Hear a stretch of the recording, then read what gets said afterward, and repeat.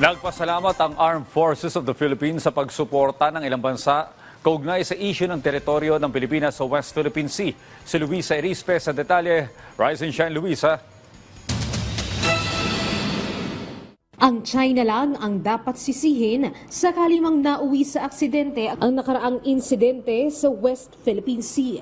Yan ang sinabi ni AFP spokesperson Medel Aguilar matapos ang naging engkwentro ng Pilipinas sa Philippine Coast Guard.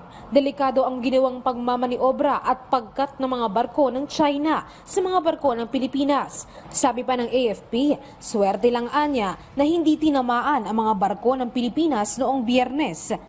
Ang ginawa po nila, nag-deploy sila ng maliit mga Coast Guard vessel pero mabilis at nakapag-maneuver. Kaya naharangan nila yung Philippine Coast Guard pero nakalusot naman yung ating mga resupply vessels. Yun nga lang, meron silang ginawang dangerous maneuvers na siyempre ikinatakot ng mga civilian sakay ng ating ng mga reporters ng mga taga-media na nakasakay doon sa Philippine Coast Guard. Since they are the ones who initiated this illegal action and offensive action, all consequences thereof shall be blamed to the China Coast Guard and to the authorities.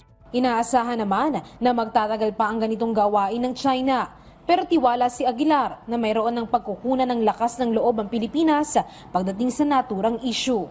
Kung hindi magbabago ang sitwasyon, probably magtatagal ang ganitong sitwasyon. But we'll see how it will develop later on because right now, what we are seeing is the mounting pressure against China because of their illegal and offensive actions in West Philippine Sea that is harming other people. Meron tumutulong sa atin na mapataas ang ating level ng pag-monitor sa maritime domain awareness.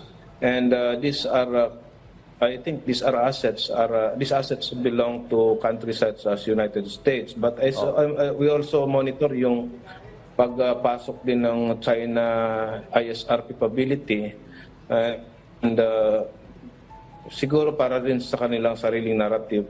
Samantala, nagpahayag ng pagpapasalamat ang AFP dahil sa patuloy na pagpapakita ng suporta ng ibang bansa at ng kani-kanilang mga opisyal. Naniniwala din ang AFP na malaki ang maitutulong kung madaragdagan pa ang assets ng Pilipinas para protektahan ang teritoryo ng bansa sa West Philippine Sea.